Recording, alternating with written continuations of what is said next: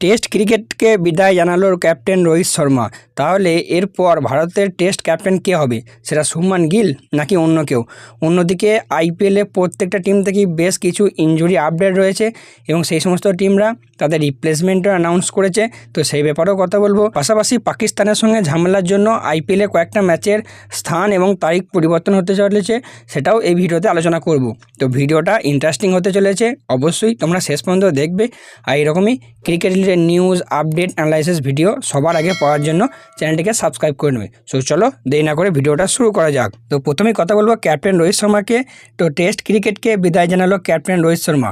Already এর আগে 2024 টি-20 world cup জেতার পর টি-20 ক্রিকেটকে বিদায় জানিয়ে দিয়েছে এবং এবার টেস্ট ক্রিকেটকেও বিদায় জানালো রোহিত। তবে সবথেকে খুশির খবর এটাই যে রোহিত পুরোপুরি অবসর নেয়নি, সে সম্পূর্ণ সে ডাইরেক্টলি বলিয়ে দিয়েছে সে শুধুমাত্র ভারতকে ওডিআইতে রিপ্রেজেন্ট করবে, অর্থাৎ ওডিআই খেলবে এবং তার প্ল্যান রয়েছে 2027 ওডিআই ওয়ার্ল্ড কাপ খেলার। যদিও এটা ও বলেনি, বাট আমাদের সেটাই মনে হচ্ছে যে 2027 ওডিআই ওয়ার্ল্ড কাপ খেলার প্ল্যান রোহিত শর্মা রয়েছে।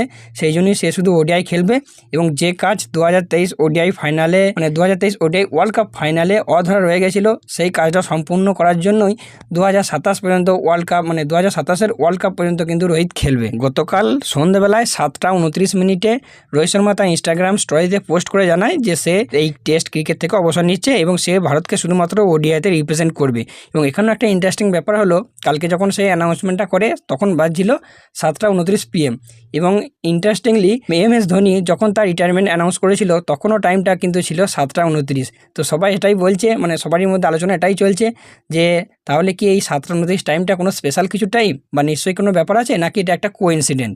তো তোমাদের কি মনে হয় সেটা কিন্তু কমেন্ট করে জানিও। তবে রোহিতের টেস্ট কেরিয়ার যদি দেখি, রোহিতের টেস্ট কেরিয়ারে অনেক ওঠা পড়া রয়েছে, অনেক ভালো ভালো সিরিজও গেছে, আবার অনেক খারাপ সিরিজও গেছে। রোহিতকে নিয়ে অনেক প্রশ্ন উঠেছে। অনেকে বলেছে রোহিতের কন্টিনিউ করা দরকার, অনেকে বলেছে রোহিতের অবসর নিয়ে নেওয়া দরকার টেস্ট থেকে, তার একটা ফিটনেস ইস্যু রয়েছে। লাস্ট কয়েকটা টেস্ট সিরিজে রোহিত শর্মার পারফরমেন্স নিয়ে খুবই সমালোচনা হয়েছে, সেখানে ভারত ভালো করতে পারেনি, সঙ্গে রোহিত শর্মার ফর্ম তো খুবই খারাপ গেছে।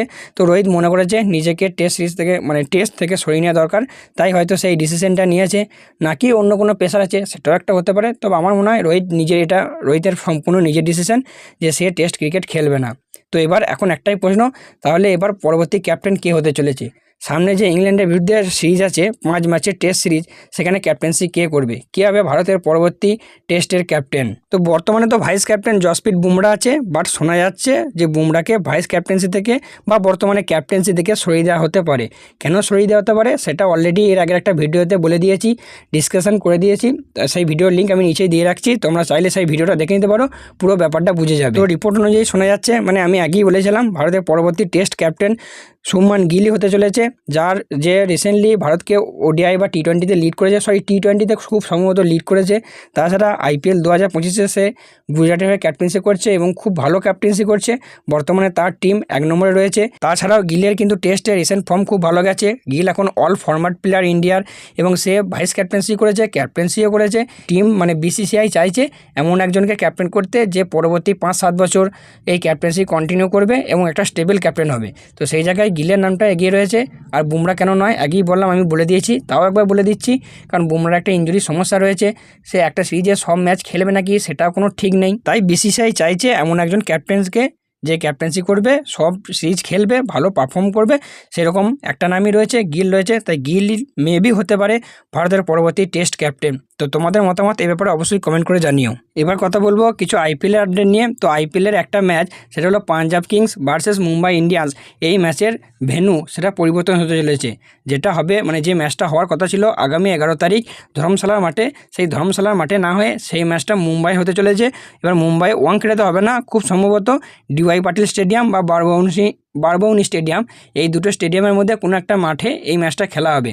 তার কারণ অন্য কিছুই নয়, বর্তমানে ভারত আর পাকিস্তানের মধ্যে কীরকম ঝামেলা হচ্ছে সেটা তো সবাই জানো। ভারত এয়ার অ্যাটাক করেছে পাকিস্তানের উপর, কয়েকটা জঙ্গি ঘাঁটিও গুড়িয়ে দিয়েছে পাকিস্তানের পুরোপুরি। এবার যেহেতু এয়ার অ্যাটাক করেছে, সেই জন্য এই ধর্মশালার আশেপাশে বলতে কিছু বর্ডার এলাকার যে সমস্ত এয়ারপোর্টগুলো রয়েছে, ঠিক আছে, সেই এয়ারপোর্টগুলো কয়েকটা এয়ারপোর্ট কিন্তু বন্ধ রয়েছে, যেহেতু ওই যে বললাম এয়ার অ্যাটাক করেছে সেই জন্য। এবং সেই এয়ারপোর্টগুলোতে আগামী 10 তারিখ 11 তারিখ পর্যন্ত কোনো রকম প্লেন ওঠানামা করবে না, যার জন্য এই এয়ারপোর্টগুলোর কিছু কয়েকটা ধর্মশালার আশেপাশে এয়ারপোর্টও রয়েছে, তাই প্লেয়ারদের যে ট্রাভেল করার একটা সমস্যা রয়েছে, সেই জন্য মুম্বাই ধর্মশালা যেতে পারবে না। তো ধর্মশালার পাঞ্জাবের যে প্লেয়ারগুলো রয়েছে তারা কিন্তু মুম্বাই আসবে খেলতে। এবং আজকেও একটা ম্যাচ আছে দিল্লি এবং পাঞ্জাব, সেই ম্যাচটা কিন্তু ধর্মশালাতে হওয়ার কথা আছে এবং ওখানেই হবে। যেহেতু দিল্লি টিম আগেই পৌঁছে গেছিলো, তাই আজকের ম্যাচে কোনো সমস্যা হবে না, আজকের ম্যাচটা খেলা হবে। কিন্তু মুম্বাই টিম যেহেতু যায় নাই, সেই জন্য মুম্বাই আর যাবে না, ওই ম্যাচের ভেন্যুটা কিন্তু পরিবর্তন হতে চলেছে। নেক্সট কথা বলবো বরুণ চক্রবর্তীকে নিয়ে। তো কালকে কেকেআর ভার্সেস সিএসকে ম্যাচে বরুণ চক্রবর্তীকে ম্যাচ ফির 25% ফাইন করা হয়েছে এবং তারই সঙ্গে একটা ডিমেরিট পয়েন্টও দেওয়া হয়েছে। তার কারণ অন্য কিছুই নয়, কালকে সে যখন ডেওয়াল ব্রেভিসকে আউট করার পর তাকে সেন্ড অফ দেখিয়েছে, চলে যাওয়ার জন্য এরকম বলেছে, যেটা কিন্তু আইসিসি নয় বিসিসিআইয়ের রুল অফ কন্ডাক্টের বাইরে। এরকম করে খারাপ সেলিব্রেশন কিন্তু করা যায় না, সেই জন্য বিসিসিআইয়ের এটা খারাপ লেগেছে এবং বিসিসিআই বা আইপিএলের চেয়ারম্যান নয়, আইপিএল ম্যানেজমেন্ট বরুণ চক্রবর্তীকে 25% ম্যাচ ফি ফাইন করেছে এবং একটা ডিমেরিট পয়েন্টও কিন্তু তাকে দিয়েছে। এবার কথা বলবো কিছু ইনজুরি এবং তাদের রিপ্লেসমেন্ট নিয়ে। প্রায় 4-5টা টিম চার পাঁচটা টিমের বেশ কয়েকটা প্লেয়ার ইনজিওর্ড হয়েছে এবং তারা তাদের রিপ্লেসমেন্টও সঙ্গে সঙ্গে অ্যানাউন্স করে দিয়েছে। প্রথমত সানরাইজার্স হায়দ্রাবাদের সামরান রবিচন্দ্রন তার পরিবর্তে হার্ষ ডুবেকে সাইন করেছে। পাশাপাশি সিএসকের ভান্স বেদি, যে একজন উইকেট কিপার ব্যাটসম্যান, তার পরিবর্তে উর্বিল প্যাটেলকে সাইন করেছে, সেও একজন উইকেট কিপার। এবং ইন্টারেস্টিংলি উর্বিল প্যাটেল সাইন করার পরই সে প্রথম ম্যাচে চান্সও পায়, কালকে কেকেআরের ম্যাচে, এবং সেই ম্যাচে 11 বলে 31 রানের একটা সুন্দর ইনিংস খেলে উর্বিল প্যাটেল। প্রথমে কিন্তু আইপিএল অকশনে আনসোল্ড যায় এবং ইন্টারেস্টিংলি তার কয়েকদিন পরই শায়েদ মুশতাক আলী ট্রফিতে সে ভারতীয়দের মধ্যে সব থেকে দ্রুত সেঞ্চুরি করে 28 বলে। এবং কালকে আইপিএলেরও প্রথম ম্যাচেই সেরকমই কিছু ঝলক কিন্তু দেখা যায়। এরপর কথা বলবো আরসিবি টিম নিয়ে। তো আরসিবির ব্যাটসম্যান দেবদূত পাডিক্কেল, সেও ইঞ্জুরির জন্য আইপিএল 2025 থেকে ছিটকে গেছে এবং তার পরিবর্তে আরসিবি ময়ঙ্ক আগরওয়ালকে সাইন করেছে।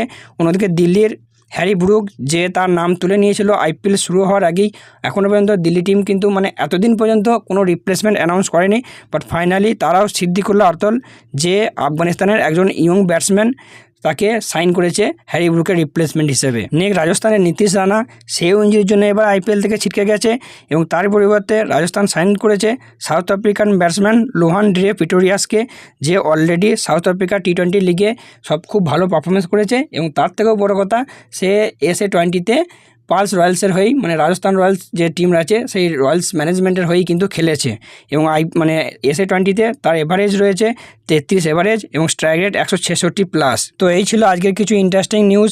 ভিডিওটা ভালো লাগলে অবশ্যই একটা লাইক করে দিও, আর কোনো প্রশ্ন থাকলে কমেন্ট বক্সে করতে পারো। আর এরকমই আইপিএল এবং cricket related news, update, analysis video পাওয়ার জন্য চ্যানেলটিকে সাবস্ক্রাইব করে নিও। চলো দেখা হচ্ছে পরবর্তী ভিডিওতে।